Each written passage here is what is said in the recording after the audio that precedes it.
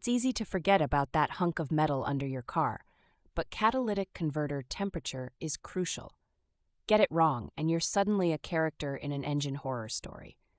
The right temp?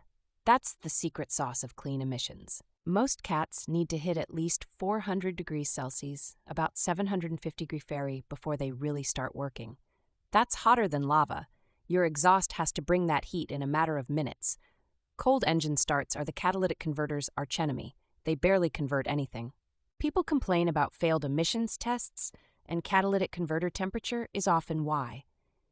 If your cat doesn't get hot enough, it can't break down those nasty NOx and CO molecules. Your check engine light might pop on at the worst moment, like right before that big road trip. A stuck-open thermostat is a silent killer here. If your engine runs cool, your exhaust is cool, and your cat is just napping on the job. Pro tip: if you see your temp gauge lingering low, it might be sabotage in slow motion. Now, overheating isn't good news either.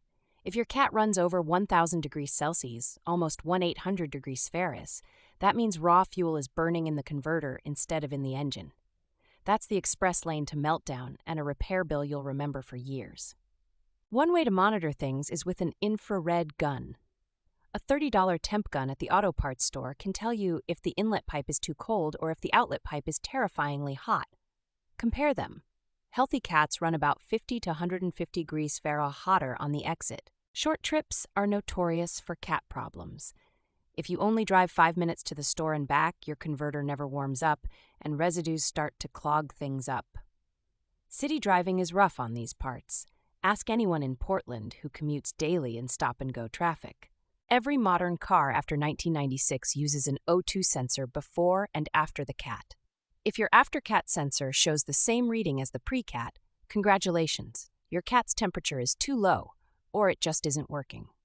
You can check live OBD-II data with cheap scanners these days. The worst pain point is the failed state emissions test when you're in a hurry. 9 times out of 10, when someone asks, "Why did I fail?" it's because their cat was stone cold at test time. Warm up the car for at least 20 minutes before showing up. Makes a genuine difference. A well-running engine is the best protection for your cat's temperature. Misfires, leaky injectors, and rich mixtures dump unburned fuel, and that turns your converter into a blowtorch. Regular tune-ups aren't just for mileage, they're saving your $2,000 cat from disaster. Anyone with an aging car faces the replacement cost dilemma.